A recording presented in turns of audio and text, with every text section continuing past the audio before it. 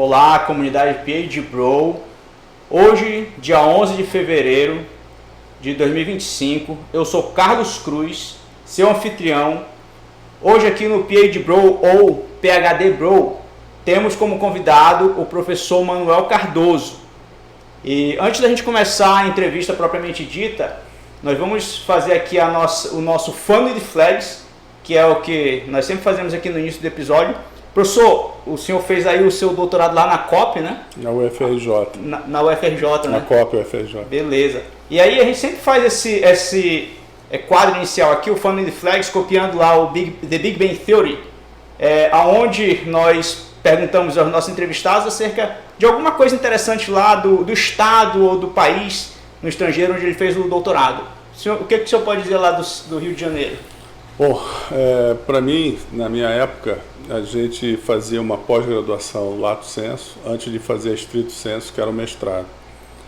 E eu fiz na COP, porque para mim era muito importante, ao sair da formação acadêmica, né, com o título de engenheiro, eu defini um foco na qual eu gostaria de me especializar e poder realizar, né, a competência que eu já havia adquirido e a competência que eu viria a adquirir com os próximos anos, né?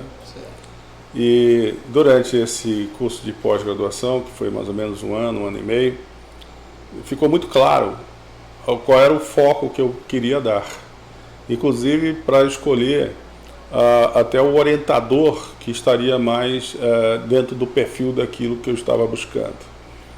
Pois ali eu já tinha planejado pelo menos os próximos 5, 6 anos, definindo que valores eu desejaria alcançar, né? Aonde eu queria estar, fazendo o que nos próximos 6 anos.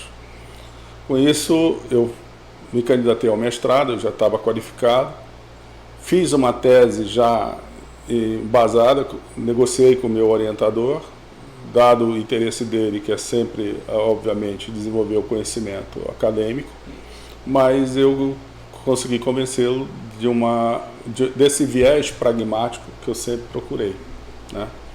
Como eu sempre digo, Carlos, o conhecimento ele é recurso. Sim, sim. Você gera riqueza quando você aplica na solução de problemas, né? Ou na inovação de processos e, enfim, produtos que agreguem mais valor para a sociedade, né? E assim foi. E nesse processo eu comecei a dar consultorias em indústrias, somente em São Paulo, aonde eu buscava os problemas mais desafiadores dentro da indústria, para que eu pudesse usar os conhecimentos que eu havia adquirido na solução desses problemas. E ter aquilo que eu sempre digo, que é um prazer que não há dinheiro nenhum que pague, que é o prazer de você materializar suas ideias e tocar seus sonhos, né? Eu não tinha nenhum preparo do ponto de vista de empreendedorismo. Tem uma frase que eu digo sempre, quer dizer, uma história que aconteceu. Eu passei a ser professor 20 horas. Mas isso no início da década de 80. Vamos dispensar o nosso Family Flags, beleza? Então, eu lembro que o primeiro trabalho que eu fiz foi para uma grande montadora de automóveis lá. O senhor terminou em 84, né? Eu terminei em 83 a faculdade. Isso. Aí eu fiz o mestrado, eu terminei em 87, eu acho. Já não lembro mais, quase muitos anos. Sim. Mas eu já começava a empreender, visitando fábricas. E eu sempre cito isso, que o primeiro trabalho que eu fiz, dados os resultados, a empresa queria me pagar a remuneração, né? Sim. Eu já tinha passado para 20 horas.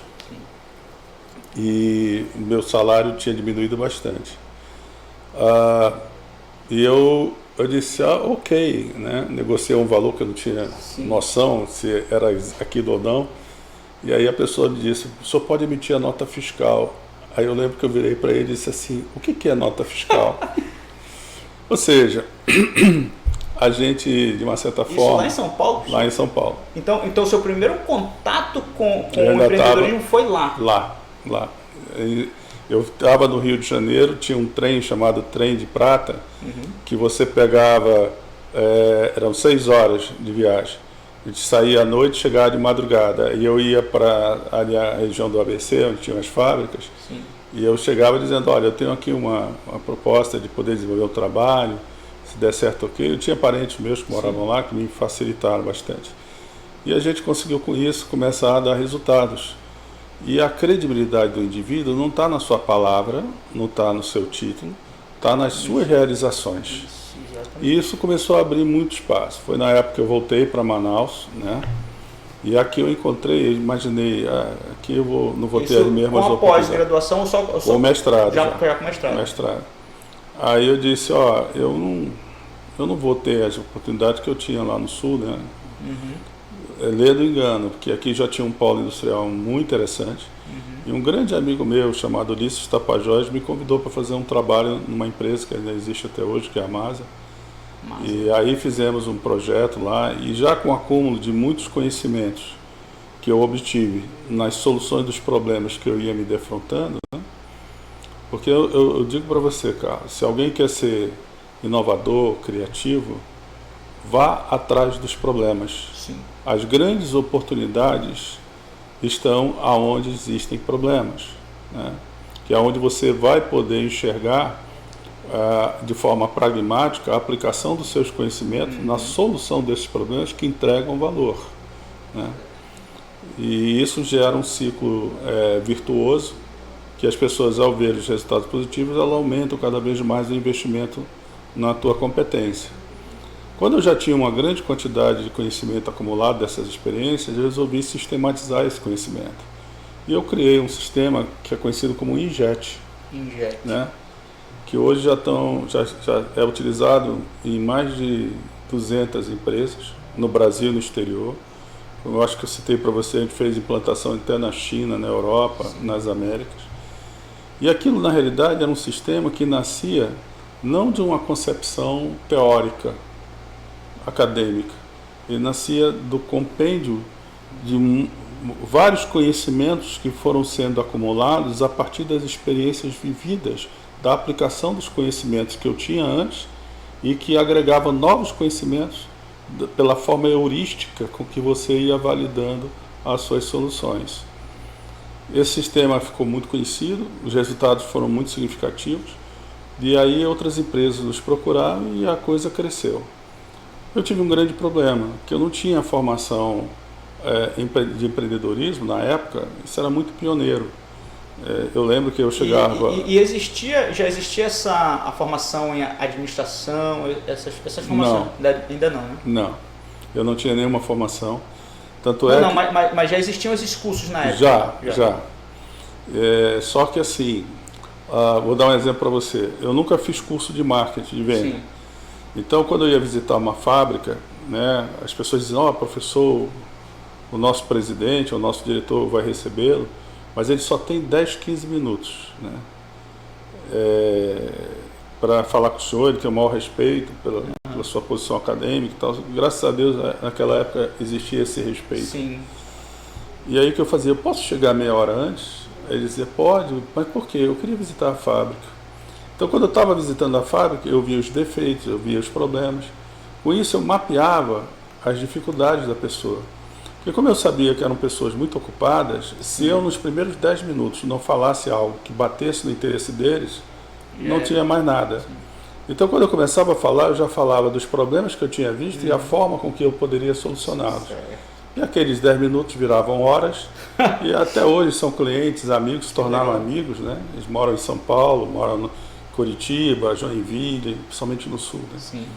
E muitas vezes eu fui tentado a me deslocar em definitivo para São Paulo.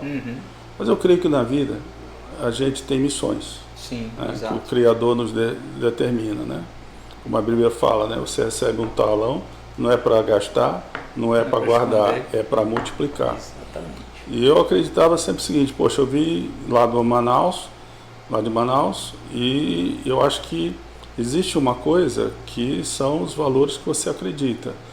Eu disse, não, eu vou continuar em Manaus, nem que eu tenha que viajar a cada 45 dias, vou e volto, o que a gente chama de bate e volta, né?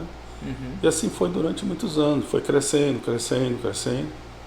a gente obtendo cada vez mais resultados, o que nos abriu muita porta. E hoje a gente tem um network muito respeitado, né, em função desses 40 anos de realizações.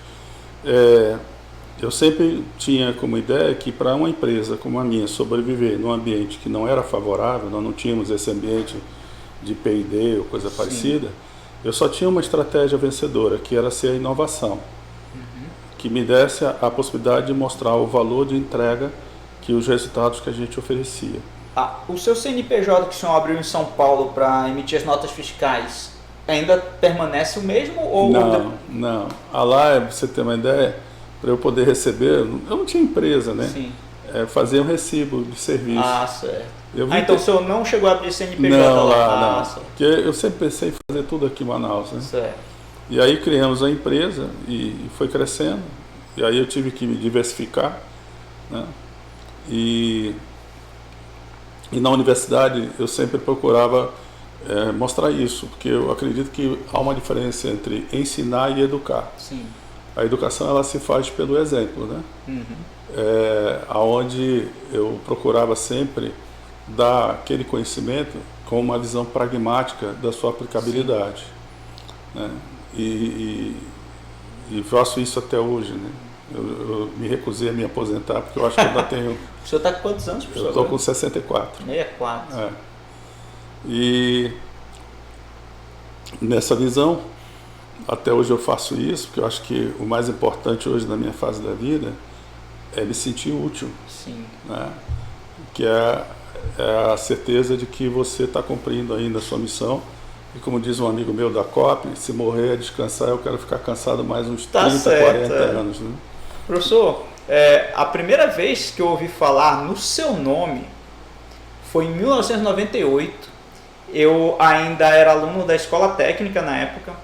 Eu estava fazendo estágio aonde o que se tornou Fundação Paulo Feitosa depois, mas era Tectel na época, Mob Tectel, que a gente trabalhava com pagers. Pagers, sei. Aí falaram no seu nome, né? Aí foi engraçada a situação que esse colega que falou, ele disse: rapaz, tu pensa que a Amazonina é rico? Já ouviu falar no Manuel Cardoso? Aí eu fiquei com aquela coisa na cabeça, né? Uma lenda. Aí eu vim fazer a faculdade, eu não cheguei a ser seu aluno nas disciplinas, mas os outros meus colegas foram, porque naquela época era dividida as turmas, né, para professores, e aí eu não lhe conhecia. Quando eu entrei na faculdade para ser professor, que eu vim lhe conhecer pessoalmente. Verdade. Aí eu lembro que eu chegava com alguns professores: o senhor Manuel Cardoso? Aí, não sou. Aí até que numa reunião do departamento eu lhe conheci. E aí, assim, foi aquelas situações. O senhor já assistiu o filme Coração Valente? Não. Porque o William Wallace, né, ele era um guerreiro lá que era famoso, né, ali na Escócia, eu acho. Aí ele já era conhecido. Aí todo mundo ouvia falar dele e ele era um general. Só que ninguém sabia quem ele era, né?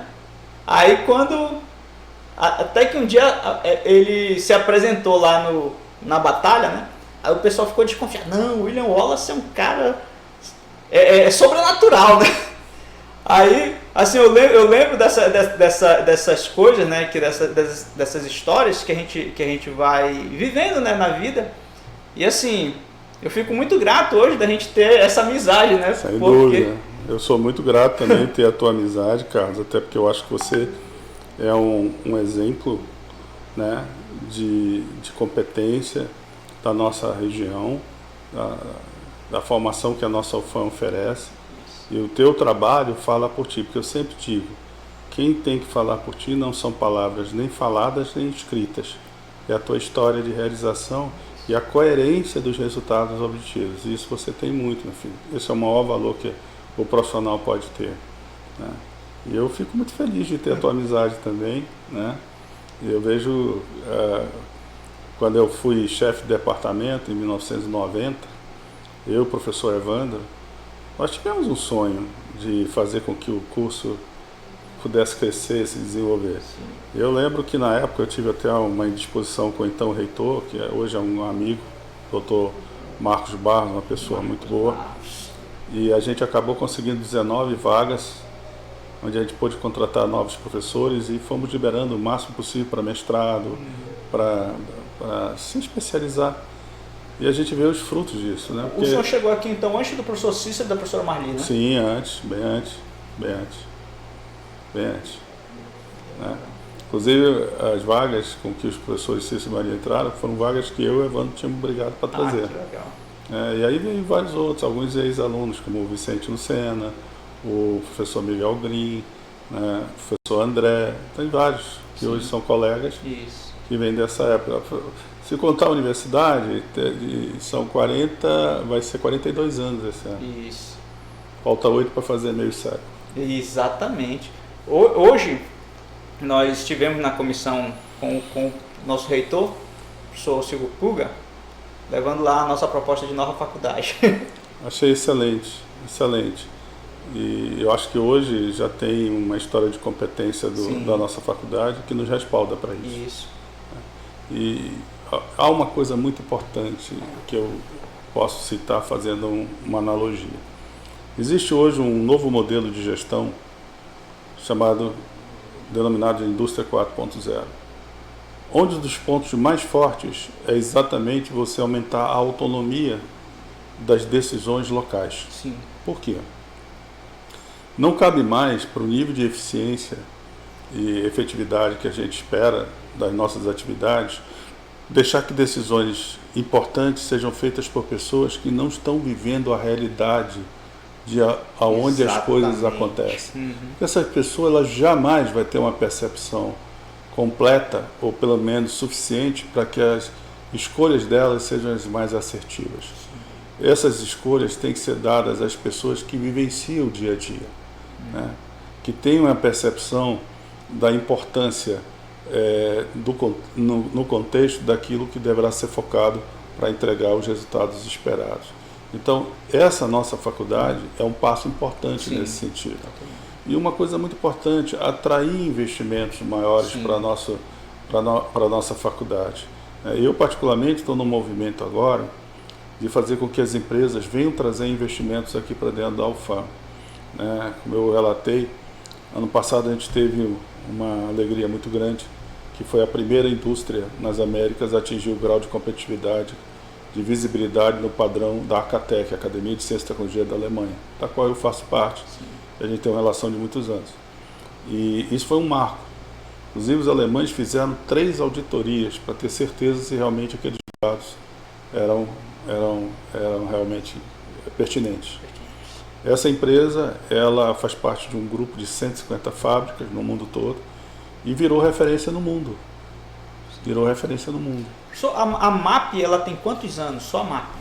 A MAP, ela deve ter agora uns 33, 32, 33 anos, né? O senhor ainda é o presidente? Não, o que aconteceu? Ela cresceu muito e você tem que ter a sabedoria de saber aonde são as suas restrições e que focos de prioridade você tem que dar. Então, os anos passam, né? Você passa a não ter a mesma energia, apesar de que você tem mais experiência e mais sabedoria da vivência. E aí, quando veio o Covid, eu realmente passei uma situação muito difícil. Foi, como se brinca, né? Bateu na trave. Sim. E acabei ficando com sequelas, né?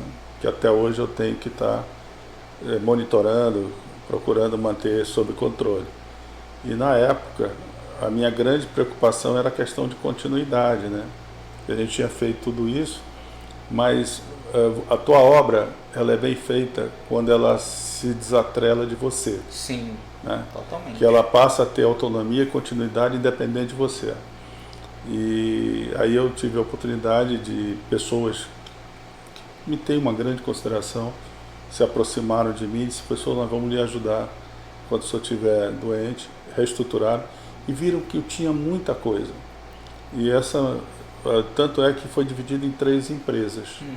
Uma, que a gente tem investidores de fora, inclusive. Eu saí totalmente da gestão, já faz um bom tempo. E profissionalizou a gestão nas 3 empresas. E hoje eu continuo sendo sócio majoritário, mas eu não tenho mais gestão nenhuma. O que eu faço hoje é, numa delas, estar criando novas tecnologias. Certo. E principalmente, aí tem um dado importante. Eu aprendi que se você quer mudar a mentalidade de uma pessoa, dê a ela novos referenciais. Sim. E esses novos referenciais precisam ser críveis para aquela pessoa. E a forma de fazer isso é através de resultados, porque os resultados falam por 1000 palavras. Sim. Então eu tenho muitas patentes, né? Sim. Tenho muitas. E era até curioso, quando eu não tinha essa capacidade de gestão financeira, quando precisava de recurso eu vendia patente. Vendia patente. Era. Eu brincava dizendo que eu era um pintor renascentista. Quando precisava de dinheiro, fazia uma obra e vendia. Eu lembro, professor, do meu orientador de mestrado, né? Ele falava bem assim,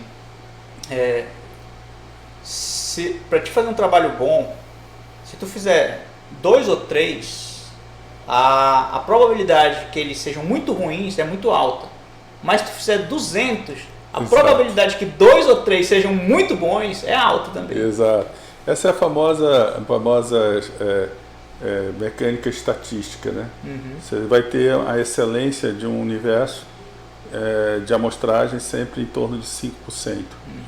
E uma coisa importante, né? Esses últimos anos eu venho criando algumas novas tecnologias, por quê? Como eu passei por processos mais diversos, a gente fez trabalhos em empresas mais diversas, desde avião, ônibus, fábricas, né, de avião, Sim. fábrica de ônibus, fábrica de o que você imaginar. E eu acabei definindo que qualquer processo industrial, você tem 3 fontes principais de problemas: vibração mecânica, transferência de calor e solda. Né?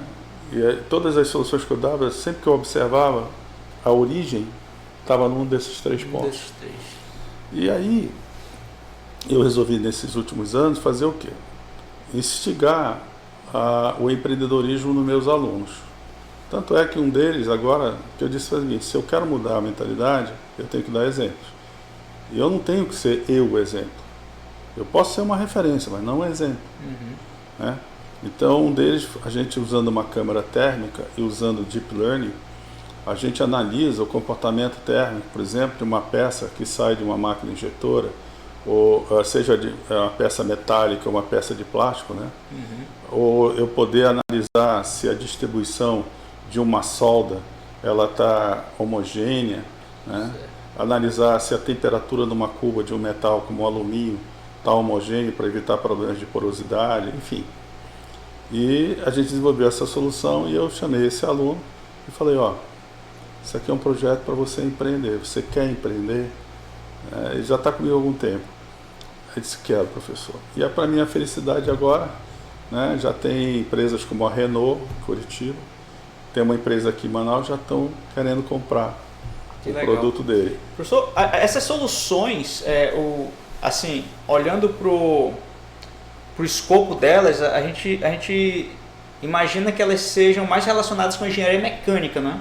Do que ela é um conjunto de tudo, porque essa é uma coisa muito importante que eu digo aos alunos, né?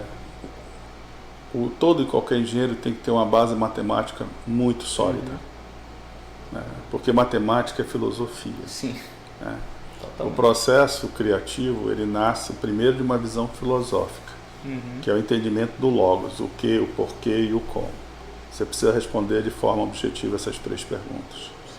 A partir daí, você vai buscar a ciência, ou seja, os conhecimentos que te permitem observar o comportamento daquilo que você está querendo trazer uma solução. Sim. A partir do momento que você tenha o conhecimento, seja ele explícito, que é o conhecimento teórico, e ao mesmo tempo o conhecimento experimental, numa fase de amadurecimento suficiente para você definir a tecnologia adequada para aquilo. Aí fica aquela escadinha: filosofa, ciência e a tecnologia. A gente não pode deixar que o aluno pense a tecnologia como objetivo fim, ela é objetivo meio. Então, por exemplo, vou lhe dizer, se ele perguntar qual é o processo mais complexo que tem, injeção plástica. Injeção plástica. Você mexe com polímeros. O processo de escoamento, que a gente chama de reologia, é um processo estocástico. Né? Não é nunca vai ser precisão. Sim. Você tem que trabalhar dentro de uma probabilidade, né, Sim. que você tem que aplicar. Junto a isso tem a questão mecânica, porque toda a movimentação mecânica na máquina ela é feita de forma hidráulica ou por servo-mecanismo. Então você tem aí outros conhecimentos que se acoplam. E você tem um sistema embarcado, que é o CLP, sim, com sensores e atuadores que fazem todo o controle. Então você tem uma integração de várias tecnologias, sem falar o molde, sem falar a parte mecânica, sim, que eleva a uma complexidade muito alta. Né? Tanto é que, só complementando aí, um dos sonhos que eu tinha desde engenheiro era que eu queria criar uma tecnologia que pudesse um dia ser vendida para o mundo todo. Porque eu sempre acreditei, do ponto de vista filosófico, que quem tinha que escrever a minha história era o meu punho. Sim. Não a definição de limitações que outros pudessem dizer. Né? Porque se o Senhor, meu Deus, me permite, eu faço. Sim. Então, eu consegui também realizar esse sonho recentemente, quando essa tecnologia que eu criei, ela foi adotada por um dos maiores fabricantes de máquinas da China, que é a Shenzhou. Ela é o maior. E eu tive a oportunidade de mostrar a funcionalidade disso. E o presidente mundial deles, é o Sr. Yu Jun, é um chinês. Na realidade, essa empresa ela nasceu em Hong Kong, na época era Inglaterra, 60 anos atrás. E o Sr. Yu Jun, inclusive, é formado em Engenharia da Computação, com mestrado em Engenharia da Computação na Columbia University. E a empresa dele tem uma parceria tecnológica com a Mitsubishi japonesa, com a Universidade de Massachusetts, MIT, sim, com a Universidade de Columbia e a Universidade de Pequim. E agora o outro parceiro tecnológico dele é uma empresa aqui do Amazonas. Top! Né? E a gente vai ter um evento em São Paulo, aproveitando que eu faço as minhas revisões de saúde lá. Ele está vindo de Hong Kong, junto com o número 1 da CATEC no que diz respeito à indústria 4.0. Nós vamos ter um evento em São Paulo falando da extensão dessa parceria agora para as Américas e para a Europa. Né? E o que é bacana, todos os meus engenheiros são daqui, são ex-alunos da UFAM e da UEA. Né? Que legal. E para mim isso é uma das minhas maiores, vamos dizer, satisfações. Hoje a MAP tem filiais fora de Manaus, professor? Hoje, eu diria para ti, sim, nós temos representantes. Né? Porque toda a tecnologia eu mantenho concentrada no desenvolvimento em Manaus. Né? Agora, existem grandes empresas de consultoria, nacionais e internacionais, que nos representam na utilização dessa tecnologia no Brasil e fora. Sim. Então, como eu falo, né, para fazer as pessoas acreditarem, você tem que mostrar exemplos. Sim. Isso é a verdadeira educação. Né? Eu sempre deixo bem claro o modelo que eu considero vencedor é o modelo da tríplice hélice da França. Na década de 70, a França tomou uma decisão de fazer uma aproximação da academia com o empreendedorismo. Né? E que deu muito certo, tanto é que a França hoje é a segunda maior economia da Europa, uma das maiores do mundo. Hoje ela é detentora da principal fábrica de aviões no mundo, que é a Airbus. Ela domina vários setores de tecnologia de ponta, né? E há de se observar que a França até hoje é um dos principais centros de matemática no mundo. Sim. Nos deu grandes nomes como Poincaré, né? e tantos outros. Eu fiz doutorado de sanduíche lá em Grenoble, no INP de lá. Fantástico, fantástico. Eles são fantásticos. Eu tive num dos trabalhos que eu fiz, eu criei uma tecnologia patenteada em parceria com uma multinacional alemã. E essa multinacional, ela faz o que chama de Summit de todas as suas unidades no mundo. E para aquelas inovações que ganhassem prêmio, seria dado um diferencial. E eu levei uma criação que a gente fez aqui de solução no Brasil, com um time lá, no caso esse time era lá em Guarulhos, em São Paulo, que a gente foi premiado e foi lá. Eu lembro bem disso. Isso foi isso há uns 20 e tantos anos atrás. 21 anos, 22 anos atrás. Professor, o senhor também é membro da Academia Brasileira de Engenharia, né? A Academia Nacional de Engenharia. Academia Nacional. Eu fui indicado por meus ex-professores da COP particularmente um grande amigo e um grande mestre que eu tive, que foi o professor Sérgio Diniz, e também por alguns empresários. Certo. Então, eu fui em 2016, eu acho, eu fui agraciado com o título permanente como participante da Academia Nacional de Engenharia, cujo papel é um modelo semelhante ao que tem na Alemanha, onde a academia tenta suportar os governos do ponto de vista técnico sobre soluções de problemas estratégicos para a sociedade, né? Certo. Hoje nós estamos discutindo muito a questão da questão de você evitar o aquecimento global, Sim. captura de carbono.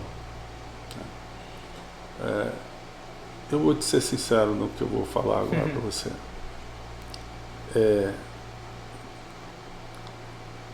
A gente tem que ter como visão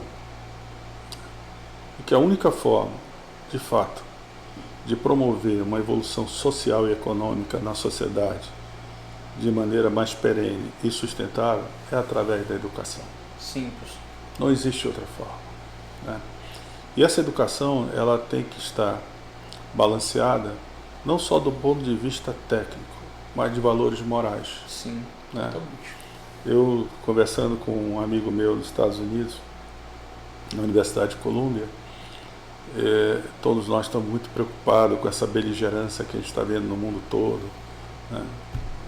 Guerras estúpidas, que é difícil de acreditar que no século XXI ainda existam, onde os instintos animais de territorialismo se sobrepõem aos princípios humanistas, que é o que realmente nos caracteriza como uma espécie diferenciada, que é a nossa capacidade de empatia. Então eu dizia para ele, olha, para mim a arma do juízo final não é física, é moral, e ela se denomina com um nome: intolerância. Enquanto o ser humano não aprender a ter tolerância com o ser humano, nós somos, de fato, os nossos maiores riscos de continuidade. E a maneira de você trabalhar isso, como eu falo, é na educação, na formação não apenas técnica, mas moral também. Sim. Né? E eu sempre digo também o seguinte, eu faço a minha parte. Né? Eu lembro quando eu era aluno de ensino fundamental ainda, nós tínhamos educação moral e cívica. Sim. Aí foram acabando, né, com essas disciplinas na escola. É claro que são questões que a gente aprende em outros lugares, né? Não necessariamente apenas na escola, mas era uma... É super importante o que você falou agora. Super. Por quê? Eu vou te dar uma fundamentação até científica. Quando a gente fala em indústria 4.0, as pessoas pensam sempre em tecnologia. Não, tem dois pilares, gestão e produção. Se você não tem gestão, a produção não tem sentido. Tá? Bom, a primeira abordagem científica sobre gestão industrial foi dada por Taylor e Fayol. Taylor nos Estados Unidos e Fayol na França. Era tempos e métodos, enfim, uma visão muito técnica. A segunda maior foi do professor Herbert Simon, que foi uma das mentes mais brilhantes na segunda metade do século passado. Esse homem é considerado como um dos pais da inteligência artificial. Foi o primeiro a descrever o que seria uma máquina autônota. Inclusive, foi em que ano, mais ou menos? Década de 50? Década de 60. 60, né? Ele ganhou o prêmio Nobel em Economia em 1978 e ganhou o prêmio von Neumann e Alan Turing, que são os dois maiores prêmios dessa área, um na década de 70 e outro na década de 80. E eu tive o privilégio de assistir uma palestra dele nos Estados Unidos. E a tese que ele apresentou da nova abordagem de gestão, ela é baseada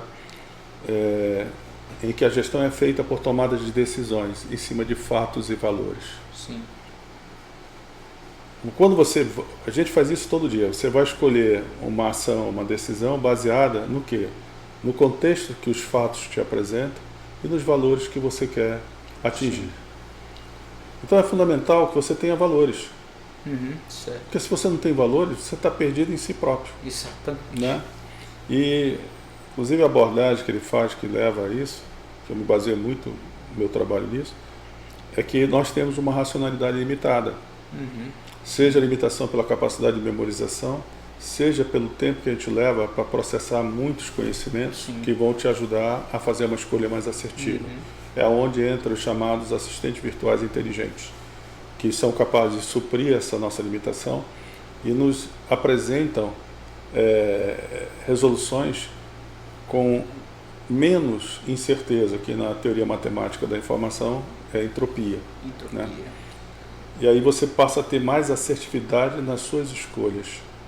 Mas se você não tiver valores, você jamais vai atingir resultados que sejam realmente sustentáveis, né, e probos. Então, essa educação moral e cívica não é uma questão ideológica. É uma questão que define a tua capacidade de evolução e progresso. Certo. Professor, quando o senhor foi fazer o doutorado, o senhor já tinha uma certa experiência no mundo empreendedor. E aí o senhor escolheu ali, foi engenheiro de produção, né? Sim, na área de automação. Na área de automação. A escolha do tema naquela época, ela já foi baseada no que o senhor conheceu dentro do mundo empreendedor, ou ela não? Foi de tudo. Eu, inclusive, quem praticamente definiu a tese fui eu. Porque o que acontecia? Quando eu fui fazer o mestrado, foi um aprofundamento dos conhecimentos que eu buscava. Sim. E aí eu senti que eu precisaria passar mais anos para ganhar um pouco mais de amadurecimento, né? Sim. E de experiência. E defini exatamente onde eu queria estar nos próximos 10 anos. E eu sabia que o doutorado, para mim, falando muito honestamente, não era o título que eu buscava. Sim. Era a complementação de um conhecimento que até então eu não tinha. E que eu tinha a percepção do valor que esse conhecimento poderia representar para os próximos passos que eu daria. Né? Então eu negociei na época com uma pessoa que se tornou meu amigo, que é o professor Roberto Bartolo, que fez o doutorado dele na Alemanha. E eu disse: Roberto, eu apresentei tudo para ele, ele entendeu. E eu disse: eu preciso buscar conhecimentos disso aqui, para que eu possa avançar nessas ideias que eu tenho. Certo. E assim foi o que aconteceu. Eu vejo assim, eu brinco às vezes, né, que você tem que procurar o equilíbrio, o meio. Você tem que ter um trade-off, tem que ter um ponto de convergência, seja do conhecimento explícito, que é o teórico, e o do conhecimento prático, tácito. Né? Eu cito sempre a questão da mecânica dos fluidos, né? Sim, mecânica. Aonde é que o líquido tem maior velocidade? É no meio. Porque nas paredes do seu conduíte, ele apresenta maior atrito, e aí dá aquele efeito do alongamento, aonde no centro a velocidade do líquido é maior do que nas suas extremidades. Né? E é exatamente, se você quer avançar rápido, procure o meio, né? Que é esse ponto de equilíbrio entre a visão teórica e a visão prática, que vai te ajudar a ser pragmático, que vai te dar a oportunidade de você ver oportunidades de inovação, de novos conhecimentos transformadores. Mas a gente precisa sempre lembrar que a transformação não pode ser também vista só do ponto de vista material. Então, por exemplo, para nós educadores, a gente tem que ver essa transformação também nos nossos alunos. Hoje eu fico muito feliz de alguns alunos que hoje moram na Europa, nos Estados Unidos, principalmente na época que eu fiquei muito doente. Muitos deles me mandavam mensagens de apoio, e, enfim, mostravam um carinho e um respeito que foi conquistado pela relação que nós construímos na época. Né? E é isso que eu pretendo continuar ainda por mais alguns anos. Amém, em nome de Jesus. Em nome de Jesus. Professor, da sua tese de doutorado, o senhor deu alguma continuidade para que ela se tornasse alguma espécie de produto, ou ela foi... Sim, ela foi importante para chegar no ponto que nós temos hoje. Hoje nós temos uma tecnologia, que é uma patente mundial que eu tenho, que é o que me abriu as oportunidades. Porque assim, para uma empresa do outro lado do mundo, que é a segunda maior economia do mundo. A história é muito simples. Essa tecnologia eu fiz. O que é o Country Manager para a América é um alemão chamado Marco Anton. Ele viu, e ele estava em Düsseldorf com esse presidente dessa empresa, onde eles estavam numa feira que acontece de 2 em 2 anos, a maior feira do mundo do setor. E ele não viu naquela feira nada parecido com o que nós estávamos fazendo. E o próprio time de engenharia deles, que são pessoas altamente qualificadas, estavam começando a discutir a ideia. Eu já tinha uma solução. E eu lembro que ele ligou para mim de lá de Düsseldorf e comentou isso: professor, não vi nada daquilo que eu vi com o senhor aí, naquela fábrica que eu visitei com o senhor. Eu estou aqui com o meu presidente, nós tínhamos interesse em conversar com o senhor. Eu digo, ótimo, vai ser a oportunidade do seu presidente conhecer o Amazonas. E eles vieram, e dali começou uma história. Então, se você me perguntar de onde vem isso, eu diria para você, fundamentalmente, meus conhecimentos em matemática, né?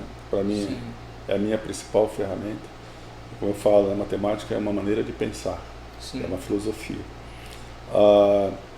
Veio de todo o acúmulo de conhecimento e experiências de vida nesses anos todos, onde eu pude enxergar aonde tinham grandes oportunidades que até então não havia tecnologia que pudesse suprir a solução daqueles problemas. Mas eu visualizava essas soluções e fui atrás de como torná-las factíveis. E foi o que eu fiz. Como eu comecei isso há muitos anos atrás, eu saí na frente. Sim. Né? Tanto é que a gente tem essa parceria. E agora, outros fabricantes de máquinas nos procuraram. Isso é que é legal. Sim. Então eu tenho uma empresa japonesa chamada Sumitomo, né, que é uma das maiores do mundo, que agora já fez parceria conosco. Nós temos a LK, que é outra chinesa grande, é líder em die cast, que é fundição de metais, alumínio, magnésio, enfim. E estamos com outras empresas que estão nos procurando também para essa parceria. Porque com isso, veja bem, vou dar um exemplo para você o que é essa tecnologia. A máquina passa a se autodiagnosticar em tempo real 24 horas. Sim. Não cansa, não erra, não mente. E quando ela identifica um problema, ela manda uma mensagem via Telegram, né, sim, para a pessoa dizendo o problema, qual a mais presumível causa raiz e sugerindo um plano de ação para corrigir. E com isso nós fizemos duas coisas super importantes. Qual é o nível, o grau de acerto da proposição? Alto. Em geral, acima de 87%. Né? Acima de 87%. Porque você nunca vai ter uma incerteza, sim, totalmente nula. Sim. Até porque é importante para isso. Você sabe que a primeira coisa a se ponderar numa IA é o erro. Sim. Porque você, num algoritmo de aprendizado, você só aprende quando há o erro. Né? Como na vida, né? Você aprende nas frustrações, nos erros. E quando você tem um problema de overfit, por exemplo, essa solução nova que eu criei, a gente teve que fugir do que a gente chama de vanish. Né?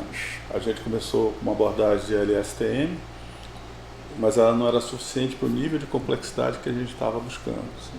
Aí tivemos que usar algumas ferramentas, como usar filtros de calma, para poder ter posições mais presumíveis.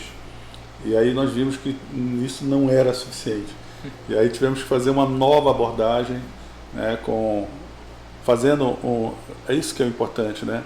Você entender a origem, o âmago daquela tecnologia para você saber como apropriar valor quando você junta ela com outras, que nem a IoT, né? Sim. Quando você faz um produto de IoT e que esse produto pode se conectar com outro produto para gerar uma nova funcionalidade, é onde você percebe soluções que antes individualmente você não teria. O senhor falou uma coisa interessante agora, porque eu me lembrei da engenharia para se criar o Bitcoin. Porque eu estava lendo, né, que os matemáticos, os engenheiros da computação, filósofos, nenhum deles considerava Satoshi Nakamoto como sendo uma espécie de gênio dentro daquela área específica. Mas eles disseram que a genialidade dele foi enxergar como ele conseguia unir todos os conhecimentos já existentes para criar um sistema, sim, tão coeso como É pensar fora da caixa. isso. Né? Você tem que pensar fora da caixa. Você não pode se deixar mecanizar racionalmente. Eu vou dar um exemplo para você que aconteceu comigo há muitos anos atrás. As pessoas sabiam que eu gostava de matemática e gostavam de me desafiar em cima dos problemas. E um certo dia veio um aluno muito inteligente, por sinal, veio me trazendo um problema de superfície, né? Que você trabalha com cálculo avançado, naquilo que a gente chama de resíduos, né? Baseado em números complexos. E aí eu perguntei dele, me fala filosoficamente o teu entendimento do problema. Era uma superfície de chapas, né? Sim. E aí ele me mostrou uma modelagem matemática muito interessante. Eu falei, não foi isso que eu te pedi, filho. Eu quero que você descreva nas suas palavras o seu entendimento do contexto do problema. E não saía nada. E eu aprendi que nesses momentos você tem que chocar a pessoa para ela sair de dentro da caixa. Sim. E eu sabia que era uma pessoa muito vaidosa, né? Porque era realmente um rapaz talentoso. Eu perguntei, ele disse assim, vamos falar da célula máter disso tudo. O que é um número complexo para você? Ele se sentiu até, de certa forma, constrangido com uma pergunta que é de segundo grau, né? Sim, pelo menos exatamente. eu acho que ainda é ensinado esse Ainda é de segundo grau. Aí, você está falando sério? Eu disse, claro que estou.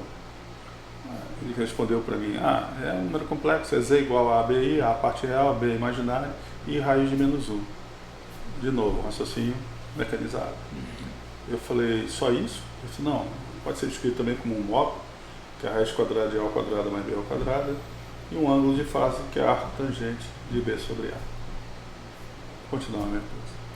Aí eu precisava chocá-lo mais, porque quanto mais inteligente as pessoas, para você mudar, para tirar elas da caixa, você precisa chocá-las. E eu perguntei para ele, você sabe qual é a razão de mamíferos como nós termos 2 ouvidos, 2 olhos? Aí chocou. Porque o que isso tinha a ver com o problema de resíduos em chapas? Professor, só para não perder o raciocínio aqui, o senhor falou agora uma coisa interessante, porque eu fiz meu doutorado na área de sensores de imagem. Em 2013 a gente estava numa conferência em Utah, e aí lá tinha uma empresa que eles tinham pesquisado exatamente qual seria o melhor arranjo e quantidade de câmeras para chegar no melhor foco, ter a melhor resolução. Aí eles fizeram lá o gráfico, né? O melhor de todos é quando a gente usa 2. 2? Isso eu sempre digo assim, se você quer soluções brilhantes, procure na natureza. Ela Exatamente. tem bilhões de anos de experimentação evolutiva. E aí foi quando ele me perguntou, mas o que isso tem a ver, né? Eu falei para ele, meu filho, quando você escuta um barulho, o som é amplitude. Mas a distância de um ouvido para outro te dá uma diferença de fase de 2 milissegundos, o que permite teu cérebro saber a direção. Você tem 2 olhos, porque a diferença de ângulo de um olho para outro é o que dá a percepção de profundidade. Esse menino depois, 20 minutos, 30 minutos depois, veio com a solução do problema que estava há 3 dias sem conseguir resolver. É a forma com que você enxerga. É por isso que eu vou deixar talvez uma mensagem para que seja pensada. Durante a minha doença, né, eu estava com muita dificuldade, mas as pessoas me procuravam ainda. E em um determinado dia, uma empresa me procurou, dizendo, professor, nós estamos fazendo uma nova fábrica e a gente está definindo uma estratégia de abordagem técnica na parte do processo produtivo. Aí tinha uma linha de pensamento que eu vou chamar de A, B e C. Pessoas bem competentes, assim. E quando começou a apresentar cada uma delas, eu vi a consistência de cada uma das proposições. Só que chegou um momento que os egos começaram a se exacerbar. Esse presidente, que é um amigo, ele disse, opa, vamos respeitar a presença do professor, a gente vai voltar um outro dia para conversar com ele. Eu digo, negativo, você vai me tirar essa oportunidade? Se tem problema, tem oportunidade. E esse meu amigo, no escritório dele, fica na Faria Lima, em São Paulo, ele tem uma pirâmide equilátera de jade que ele trouxe do Egito. Sim. E aí eu lembrei ele e disse assim, você está com aquela pirâmide aí perto de ti? Estava no escritório? Né? Ele disse, estou. Na live. Então me faz um favor. E bota essa pirâmide na frente da câmera pela parte de baixo dela. Ele disse, isso aqui é a visão da proposta A. nós estamos vendo um quadrado. Agora me bota de lado. Agora nós estamos vendo um triângulo. Isso era online, né? Online. Uhum. Agora bota de lado. Nós estamos vendo uma pirâmide. Essa é a proposta dele. Agora bota de cima. É um quadrado com X nas diagonais. Ou seja, cada um dentro do seu referencial Sim, de observação tem consistência. Mas se os três têm consistência, é importante que se discuta essa diversidade para que você possa projetar um outro ponto de vista que te permita ver a convergência das três visões. Sim. E aí vai se ver que é uma pirâmide equilátera, que dá essas três percepções de forma correta. Ou seja, a diversidade de ideias Sim. é fundamental para que a gente possa enxergar fora do contexto que nós estamos vendo hoje, que vai te apropriar a condição de ser criativo e realizador. Professor, o que o senhor está falando assim é muito tremendo, porque assim, o nosso tempo é limitado, né? E infelizmente a gente não tem condição de ler tudo que a gente quer ler, de ouvir todo mundo que a gente quer ouvir. E algumas vezes, ainda por questão de ego, por questão de não gostar de alguma pessoa, a gente acaba simplesmente não dando ouvido para o que ela tem a dizer. Mas, eventualmente, a gente perde a sabedoria que ela tinha, mesmo que a gente não tenha uma empatia grande por ela, né? E já aconteceu comigo algumas vezes de ter alguns palestrantes que eu não gostava, mas em algum momento eu ouvi, eu disse, cara, eu perdi isso. E aí é exatamente o que o senhor está falando, né? A gente perde, às vezes, a chance de ter um determinado conhecimento. Às vezes é realmente por falta de tempo, mas às vezes é por causa de orgulho, por causa orgulho, vaidade. Vaidade. Os dois maiores inimigos do ser humano, cara, é a vaidade e o orgulho. Eles cegam a tua capacidade de evolução.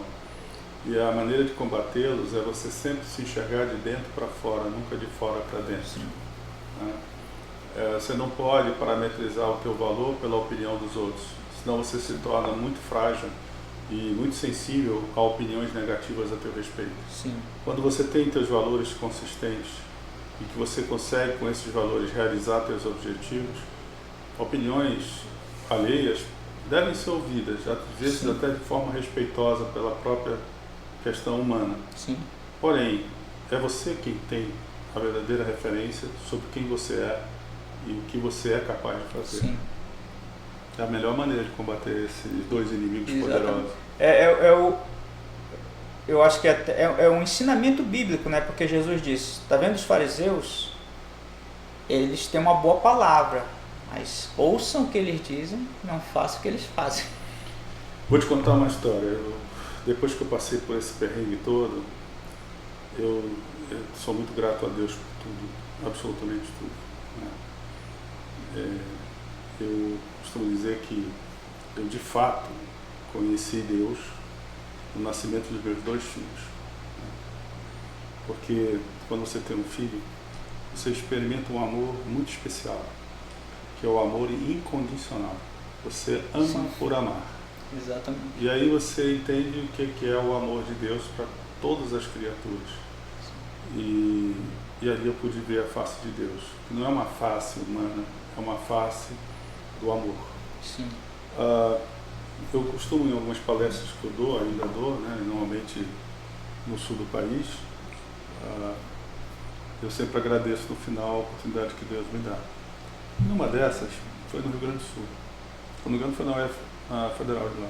Há muitos anos. Há alguns anos atrás. E aí, eu me lembro que eu fiz meu agradecimento, e aí veio um amigo, que é um matemático, é um geômetra diferencial. E ele no final chegou para mim e disse, professor, o senhor fez uma palestra tão bacana, mas no final botar misticismo. E aí eu perguntei para ele, ele disse assim, o que você quer saber sobre a minha fé? Aí ele disse, o senhor acredita mesmo nisso? Você está perguntando se eu acredito em Deus? Eu falei, não, eu não acredito, eu sinto.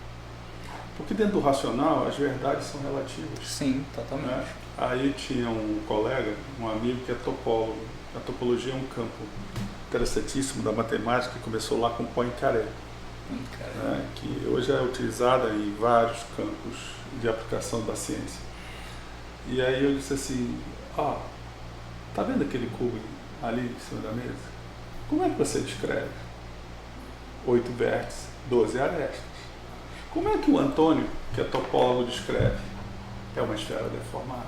Uma esfera deformada. Porque um cubo, uma esfera ou uma pirâmide são objetos homomorfos. Ou seja, você sem romper a estrutura, você transforma um no outro. Sim. É a mesma coisa. Então, dentro da racionalidade, as tuas verdades sempre serão relativas. Sim. Porque a quantidade de prismas a serem observadas pode ser numeráveis, não numeráveis. Agora, quando você fala do teu sentimento, da tua emoção, você só tem um referencial. É você mesmo. É você mesmo. Exatamente. É onde você encontra as verdades absolutas com a fé em Deus. Exato. Bom, eu acho que eu estou fugindo um pouco do assunto, né? Não, professor, a gente está aqui para realmente ter essa conversa. E é interessante o que a gente... Tudo que a gente tem a dizer aqui, porque o nosso aluno, às vezes, ele não conhece a gente, né? Ele conhece aquele professor, o técnico, aquele profissional, mas ele não conhece a gente como pessoa. Eu tinha uma aluna, hoje em dia ela mora na Alemanha, não vou lembrar o nome dela agora, mas ela dizia assim, eu nunca imaginei encontrar um professor no shopping, porque para mim eles são avatares que não existem, só estão ali na sala de aula. Então assim, é uma questão meio que cultural, né? E assim, a gente fica um pouco afastado aqui porque os alunos também estão na correria, né? Eles saem de uma aula, vão para outra e a maioria das vezes não tem tempo de conversar. Às vezes ele tem tempo de conversar ali quando a gente vai fazer o trabalho, né, o TCC deles, ou então quando eles vêm com a gente fazer PIBIC, essas coisas, mas eles não nos conhecem no dia a dia, né? E essa aqui está sendo uma oportunidade deles conhecerem a gente, conhecer um pouco da nossa filosofia, da nossa crença, porque todo mundo tem, independente de qual seja, todo mundo tem alguma, né? E assim, é fantástico conhecer, assim, para mim também eu já conhecia o seu lado, a sua fé, a gente já tinha conversado várias vezes, mas eu acho que o nosso público também deve estar interessado em conhecer um pouco mais. E assim, isso aqui não estamos fugindo do assunto, porque eu defendo uma coisa. Na ciência, para fazer ciência, a gente vai atrás de uma coisa, de uma solução que não existe, porque se já existisse não precisava a gente estar ali buscando ela. Sim. E quando a gente vai atrás de uma coisa que não existe, a gente primeiro precisa acreditar que aquela solução existe. E acreditar em alguma coisa, a gente está crendo em algo que não foi trazido ainda para o reino físico. E isso aí é fé, a gente vai com fé para trazer soluções para cá. Eu complementaria essa tua descrição da seguinte forma, Carlos. Isso é um ensinamento bíblico, né? O caminho é de dentro para fora, não de fora para dentro. Né? Quando eu digo isso, a gente não tem que se identificar pelo nível ou grau de conhecimento que nós temos, mas pela sabedoria que a gente consegue aplicar esses conhecimentos na solução de problemas de si próprio ou de outrem. Então, você sabe que eu tenho um viés aí de desenvolver tecnologias assistivas. Né? Sim, sim. A gente fez há 33 anos atrás o mouse ocular para pessoas tetraplégicas poderem se comunicar com o movimento dos olhos, numa época que a tecnologia, comparada com a de hoje, é pré-histórica. Sim. E o mais fantástico é ter conseguido aqueles resultados naquela época já. Isso. E depois a gente fez o Julia para surdos, né? E durante a pandemia, eu fui procurado por um amigo que tem fábrica em Joinville, trabalha com extrusão. E ele estava muito triste porque é um bom cristão, ele dizendo que um funcionário dele tinha perdido a mão numa extrusora. Sim. E descobrindo que aquele rapaz ele tinha ido trabalhar ébrio, ou seja, estava bêbado. Sim. E não adiantou NR10, NR14, NR nada, né? Porque também você não tem como saber se a pessoa está naquela condição ou não. Pelo menos não tinha isso. E toda vez que te chega um problema, te chega uma oportunidade. Como eu fiz na época do mouse, do Julia, de outros, eu digo, tem solução. Bom, a maneira com que você tem de poder identificar a situação que a pessoa está, normalmente o pessoal usa bafômetro, etc. Sim. Mas isso não era viável. E ao mesmo tempo, as pessoas que trabalham em máquina, elas ficam se deslocando o tempo todo. Sim. E aí a minha ideia, eu já tinha feito alguma coisa com Brain Computer Interface, que é você fazer a interface de comunicação do cérebro com o corpo. Você tem 3 níveis. O externo, que é quando você usa sensores. Quando os sensores estão intracraniano, é o semi-interno. E o interno é aquilo que o Elon Musk está fazendo, sim, que é quando você bota sensores dentro do cérebro. Bom, eu não tenho formação médica, então eu usava uma tiara de um pessoal lá do Canadá. Eu lembro, eu cheguei a ver, foi até numa reunião que nós tivemos ali no HUGV, no HUGV com o professor Robson, né? Isso. Então, ali foi um exemplo, porque a gente captura as ondas alfa, beta, delta, gama. Eu tive que aprender mais sobre neurociência. Sim.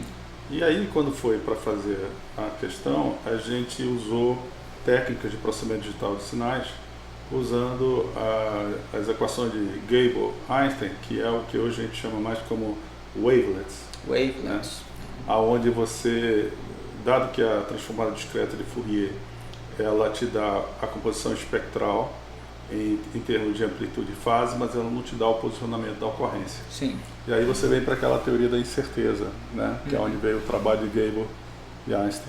Né? E aí a técnica do wavelet é você variar em termos de variação de frequência de amostragem conforme a região que você quer analisar. Sim. E aí a gente conseguiu grandes resultados.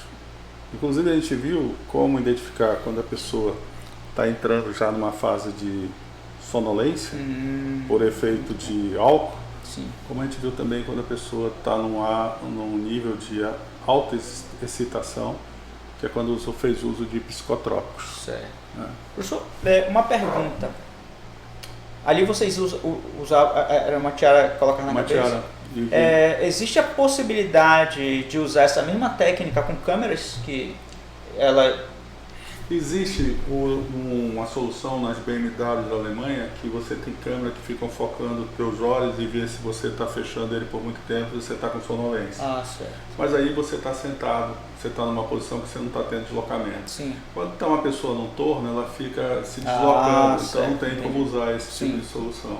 A melhor maneira é pegar a origem, onde é a origem, cérebro. Sim, exato. Mas você vê como é interessante quando você vai para uma tecnologia disruptiva, como ela se desdobra em outra.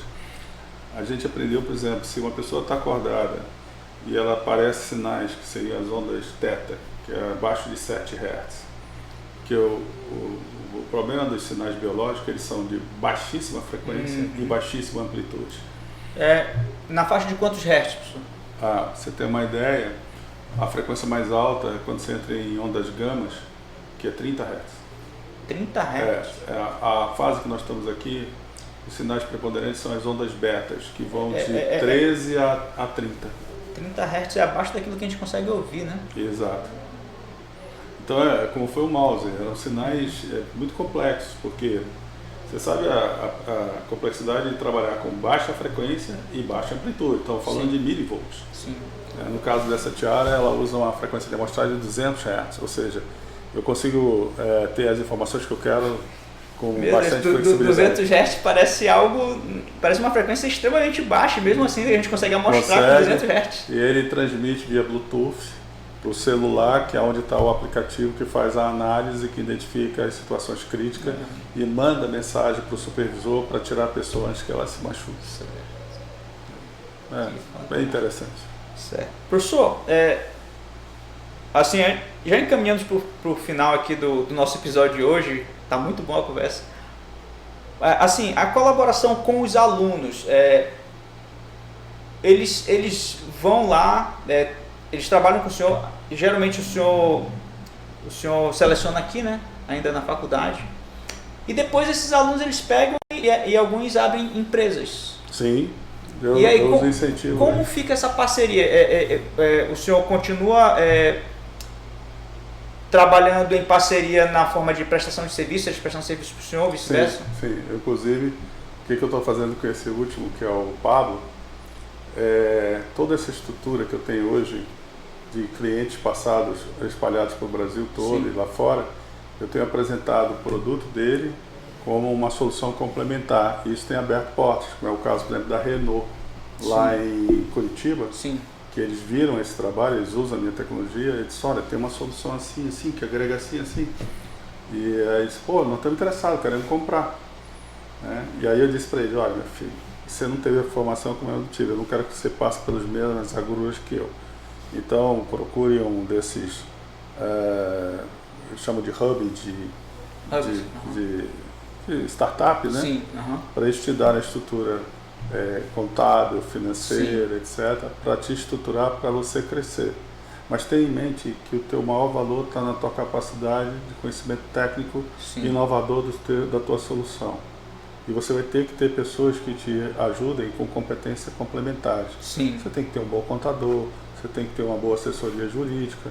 Então tudo aquilo que eu aprendi de forma difícil, de uma certa forma, é o legado que eu tento passar para eles. E assim, o senhor falou agora em ter esse time aí de assessoramento, além daquilo que a gente faz, né, que é a parte técnica.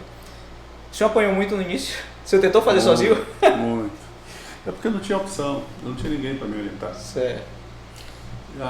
Mas em compensação eu tenho certeza que Deus estava me abençoando e me iluminando. Porque ele jamais dá um frio se não oferecer o cobertor adequado. Isso. Basta apenas a gente pedir. Eu ouvi essa frase, esse ditado, quando eu fazia crisma. Tinha 15 anos, que era o meu professor, era o meu tio. E aí ele disse, Deus dá o frio conforme o cobertor. Isso aí nunca saiu da minha cabeça. O senhor é a segunda pessoa sem dúvida de quem eu ouço essa expressão. Não mais. De novo, né? Eu acho que se tem que ter a tolerância.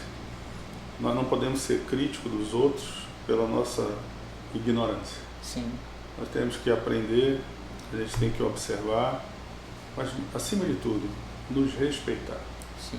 Eu, por exemplo, como professor, eu questiono muito, a não ser como foi o caso da pandemia, o ensino à distância.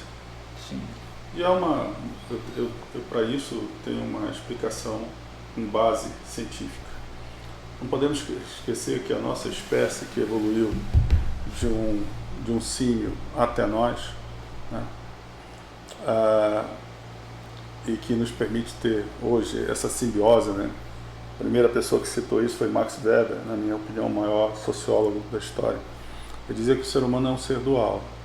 Ele é um animal que vive simbioticamente, ou deveria viver simbioticamente, com um ser não tangível, que é o nosso espírito, cuja sintonia é feita com o nosso órgão chamado cérebro, que é onde a gente descreve normalmente isso como consciência, né? E aí nós temos uma inteligência racional e emocional. Bom, esse macaco veio evoluindo, né? E tanto é que se você pegar a formação do cérebro, você vai ver características onde estão basicamente toda a parte de homeostase, de controle de homeostase do organismo, né? Que ela advém da evolução que veio lá de trás até os dias atuais. Muito bem. O que é importante a gente ter em mente? A primeira forma de se comunicar das pessoas eram gestos, eram grunhidos e gestos. Tanto é que você observa que a gente normalmente quando está conversando, a gente está gesticulando. Porque isso está na nossa memória genética. Entende? E com os passar dos anos, as experiências que eu tenho são 43 agora, né? 42. Eu comecei a aprender a ler os meus alunos pelas suas expressões e gestos. Então, eu não consigo ter essa leitura através de uma tela de computador. Né? E até porque às vezes eles desligam a tela, eles congelam. Isso. Então, veja bem, a mesma forma eu digo, por exemplo, trabalho homework. Desculpa.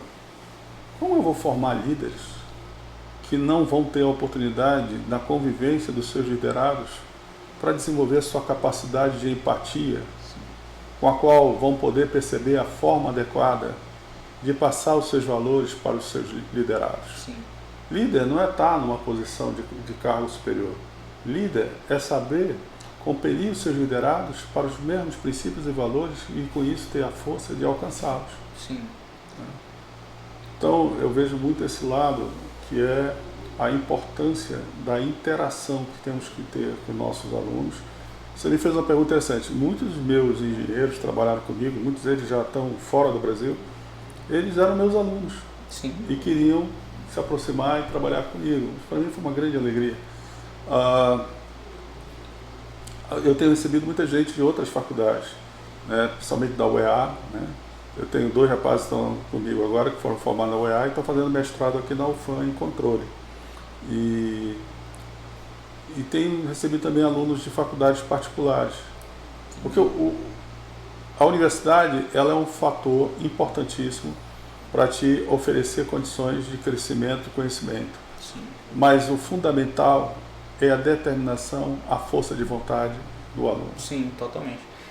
Eu sempre dizia, né, porque assim, quando a gente veio fazer faculdade, alguns colegas nossos, até eu inclusive, a gente queria às vezes ir para uma universidade que a gente considerava melhor, né, fora daqui. Aí, ao longo da jornada, a gente aprende que, na verdade, a faculdade em si, o local, ele não é mais do que uma grife. Porque se o aluno não for quem faz o serviço, se ele não for bom aluno, não vai fazer muita diferença. Não vai fazer diferença. Então, eu sempre dizia para os meus colegas, rapaz, o bom aluno, ele vai ser bom aonde ele estiver e ele vai puxar o nome da instituição. Exato. Então, não importa se está aqui. Aí eu digo para os alunos, né? Você está aqui na UFAM, vai fazer engenharia, você vai ser engenheiro em qualquer lugar do mundo. Você não está se formando como engenheiro para ser engenheiro local. Você é engenheiro em qualquer lugar do mundo. E se você pegar uma das naves do Elon Musk, for para a Lua, for para Marte, você vai ser engenheiro lá também, formado aqui. E o conhecimento é uma condição que é tua de reconhecimento em qualquer parte do planeta, qualquer país. Exato. Eu brinco, né? Um dos fatores fundamentais para os Estados Unidos ser o que ele é como potência de conhecimento, economia, é o Green Card. Green Card. Porque os melhores cérebros do mundo são atraídos pela pujança econômica, o American Dream. E os Estados Unidos, quando ele vê pessoas que têm essa competência, não importa religião, cor, coisa parecida, nesse momento, a importância do conhecimento daquela pessoa, da capacidade de realização daquela pessoa, suprime toda e qualquer outra condição de avaliação. E eles acabaram perdendo ao longo dos anos, né, por não dar nacionalidade logo para quem ia estudar lá, né? Eu lembro que na França, quando eu estive lá, os alunos da graduação eles diziam, não, a gente está aqui, a gente graduou, a gente recebe cidadania francesa. Sim. Aí eu acho que vão implantar isso agora lá nos Estados Unidos. Eles estão vendo que, primeiro, eles não podem ficar independentes dos imigrantes. Sim. Porque se você for nas grandes universidades, como Harvard, como MIT, você vai encontrar muito iraniano, chinês. Sim, totalmente. Né? Você vai encontrar muitas pessoas do mundo todo. Porque eu sempre digo, talento não é uma prerrogativa geográfica da espécie humana. Sim. E onde você tem maior concentração de pessoas, você tem pessoas que nascem com maior, vamos dizer, facilidade de se atrair. Eu lembro que o Edward Snowden, né, ele falou, acho que uns 4, 5 anos atrás, eu ouvi uma palestra dele, ele dizia que o conhecimento, a inteligência, na verdade, ela é ubíqua, né? Ubíquota no mundo. Então, você vai encontrar ela em qualquer lugar. Ela pode nascer em qualquer lugar. Ela só precisa ser encontrada, né? Às vezes tem pessoas extremamente inteligentes, assim, em determinadas áreas, né? Claro, que nunca tiveram oportunidade de cursar uma universidade. Eu lembro, eu estava até discutindo com o professor Florindo aqui no primeiro episódio sobre Oliver Heaviside, que ele era genial, ele foi quem construiu o primeiro telégrafo submarino, né, ligando a Europa e América, mas ele foi rejeitado, né? Aí eu acho que alguns professores depois me falaram por que ele foi rejeitado, mas ele não conseguiu uma graduação nem em engenharia e nem em matemática, porque na matemática eles achavam que tinha pouca formalidade, na engenharia tinham outras questões lá que... Veja bem, o grande erro é você querer gerar padrões que definam um caminho que você possa chegar Exatamente. a essa condição de diferenciação intelectual. Você pega Gauss, por exemplo, que deu uma contribuição sobre simetria que é valorizadíssima nos dias de hoje. Sim. Você pega Heinemann, toda a base matemática da teoria da relatividade generalizada de Einstein está baseada na geometria não euclidiana que Heinemann, orientado de Gauss, nos apresentou. Então tem certos conhecimentos que eles mostram o seu valor, às vezes, décadas depois. Né? A própria teoria ali dos campos de Galois, que é usado na criptografia hoje em dia, na época dele, ele foi um jovem, né? Ele morreu ali num duelo. Num duelo, é uma história curiosíssima. E escreveu apressadamente, porque ele já sabia a véspera da morte. E deixou lá engavetado. Você sabe que lá tem a casa dele, hoje é uma espécie de museu, né? Tem uma placa lá, de Galois. Galois foi fantástico, Abel foi outro grande matemático. Mas eu ia te dar uma percepção, uma observação que eu acho muito importante. E acho que vai em encontro dessa tua área que eu acho fantástica, que é o trabalho do Claude Shannon, a teoria matemática da informação.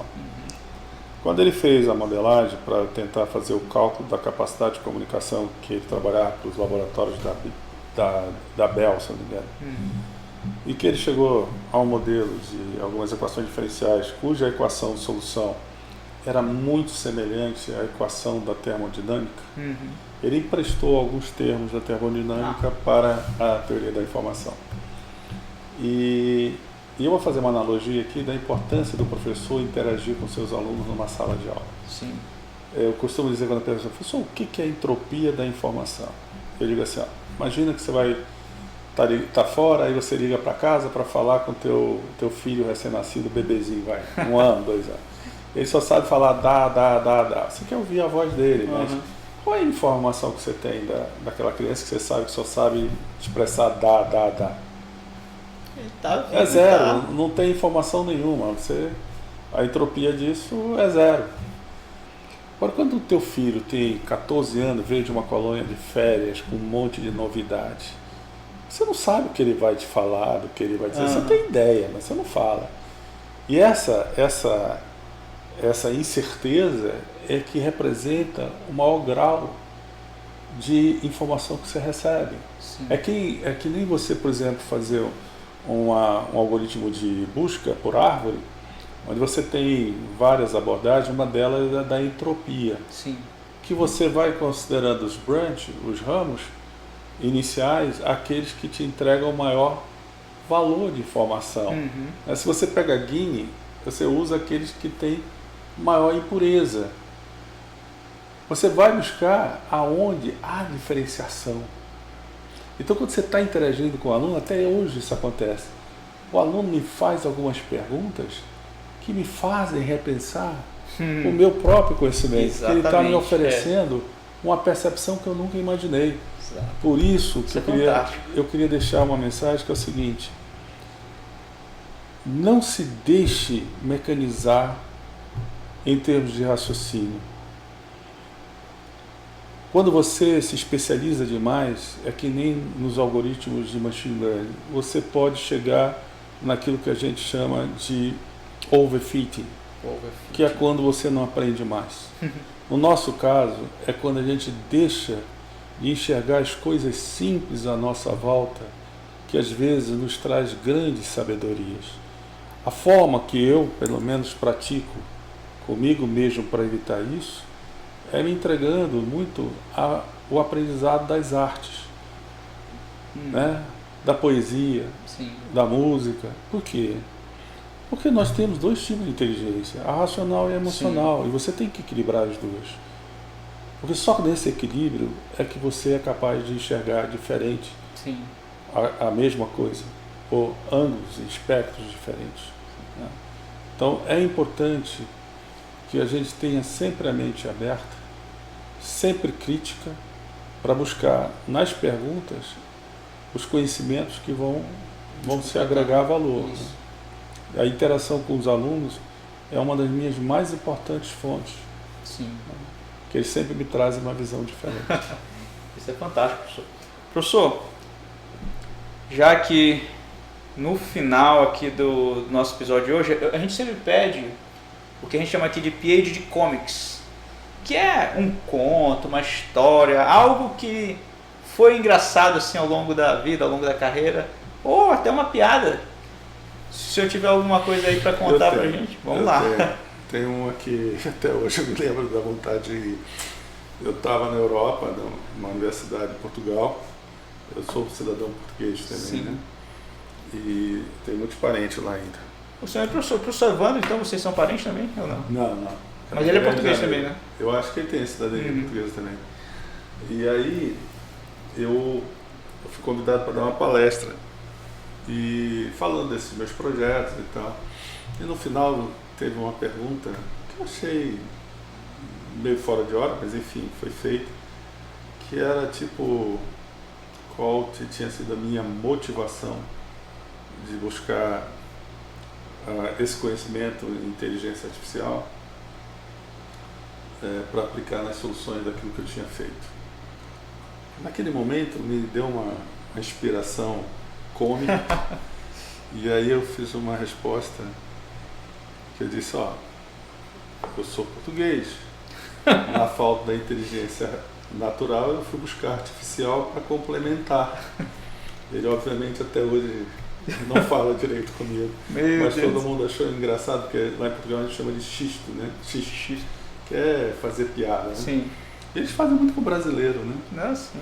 Então, alguns levaram na boa, outros já não gostaram tanto, mas o que eu poderia falar de algo cômico que aconteceu comigo é isso.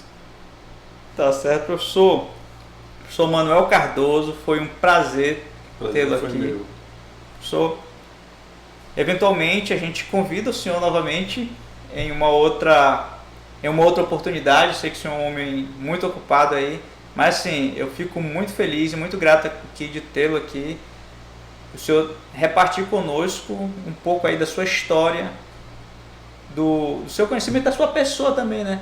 Porque a gente está aqui para nos apresentar, então a gente precisa nos apresentar, não é só aquilo que a gente fez, mas aquilo que a gente acredita, aquilo que a gente é e que a gente não consegue expressar em palavras, às vezes nem em atos. Sim. Mas eu fico muito grato e agradeço a oportunidade de tê-lo aqui conosco e espero que o nosso público aí tenha apreciado. O episódio vai ficar gravado, como ficam todos, né? E fica disponível. Se você tiver alguma pergunta, podem fazer que a gente passa para o professor Manuel e ele responde aí para vocês. Será um prazer. Certo? Que Deus nos abençoe. Amém. Amanhã nós teremos mais um convidado aqui no PhD Bro, no episódio de quarta-feira, e amanhã vocês vão conhecer a professora que vai estar conosco. Senhores, fiquem com Deus e até a próxima.